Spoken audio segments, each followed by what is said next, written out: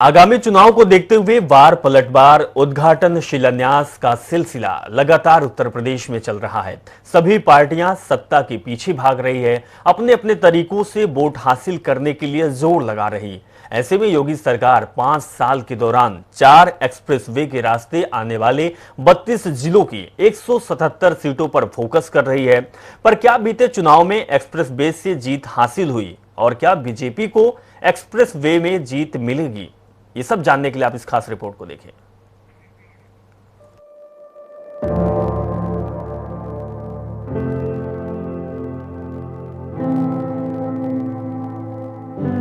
उत्तर प्रदेश में express way को लेकर राजनीति चरम पर है। चुनाव से पहले योगी सरकार एक्सप्रेस वे का उद्घाटन शिलान्यास करने में लगी है। वहीं आज पीएम मोदी ने गंगा एक्सप्रेस वे की नींव रखी है। इससे पहले पीएम पूर्वांचल एक्सप्रेस वे का उद्घाटन कर चुके हैं। जाहिर है कि योगी सरकार अपने कार्यकाल के दौरान के 4 एक्सप्रेस वे के रास्ते में आने वाले 32 जिलों की 177 सीटों पर फोकस कर रही है। लेकिन पिछले 2 चुनाव बताते हैं कि एक्सप्रेस वे जीत की गारंटी नहीं है। सपा और बहुजन समाज पार्टी सरकारें भी ये दांव खेल चुकी हैं, लेकिन उन्हें हार का सामना करना पड़ा। अब आपको बताते हैं कि यूपी में पिछले चुनावों से अलग इस बार क्या कुछ खास है और एक्सप्रेस वे के वोटों का बीजेपी का गणित क्या है। 5 साल में 4 एक्सप्रेस वे, गंगा, पूर्वांचल, बुंदेलखंड, गोरखपुर। अब बात करेंगे गंगा एक्सप्रेस वे के बारे में। ये मेरठ से प्रयागराज तक है। इसका शिलान्यास आज प्रधानमंत्री मोदी ने किया। ये 12 जिलों मेरठ, हापुड़, बुलंदशहर, अमरोहा, संभल, बदायूं, शाहजहांपुर, हरदोई, उन्नाव, रायबरेली, प्रतापगढ़, प्रयागराज से होकर गुजरेगा। इन जिलों में 76 विधानसभा सीटें आती है। पूर्वांचल एक्सप्रेस वे ये लखनऊ से गाजीपुर तक जाता है। पिछले महीने 16 नवंबर को प्रधानमंत्री मोदी ने इसका उद्घाटन किया। ये 9 जिलों लखनऊ, अमेठी, बाराबंकी, अयोध्या, सुल्तानपुर, अंबेडकर नगर, आजमगढ़, मऊ और गाजीपुर को जोड़ता है। इन जिलों में 55 विधानसभा सीटें हैं।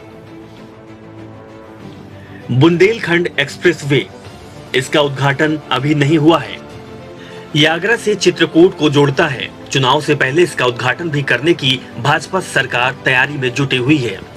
ये 7 जिलों से यानी कि चित्रकूट, बांदा, महोबा, हमीरपुर, जालौन, औरैया, इटावा से होकर गुजरेगा।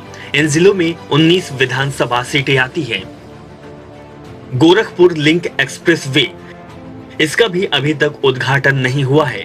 ये गोरखपुर से आजमगढ़ तक है। ये 4 जिलों गोरखपुर, अंबेडकर नगर, संत कबीर नगर, आजमगढ़ से होकर गुजरेगा।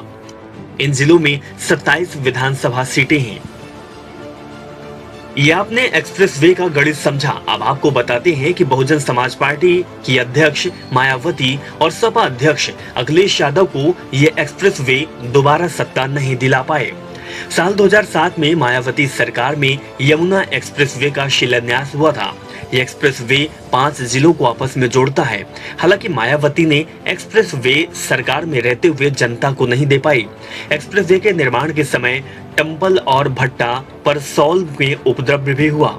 सरकार बदल गई और सपा यूपी की सत्ता पर काबिज हुई। अब देखना दिलचस्प होगा कि क्या एक्सप्रेस वे से साल 2022 में होने वाले विधानसभा चुनाव में बीजेपी को फायदा होगा या फिर नहीं। जनता टीवी न्यूज डेस्क से आंचल काद्यान की रिपोर्ट।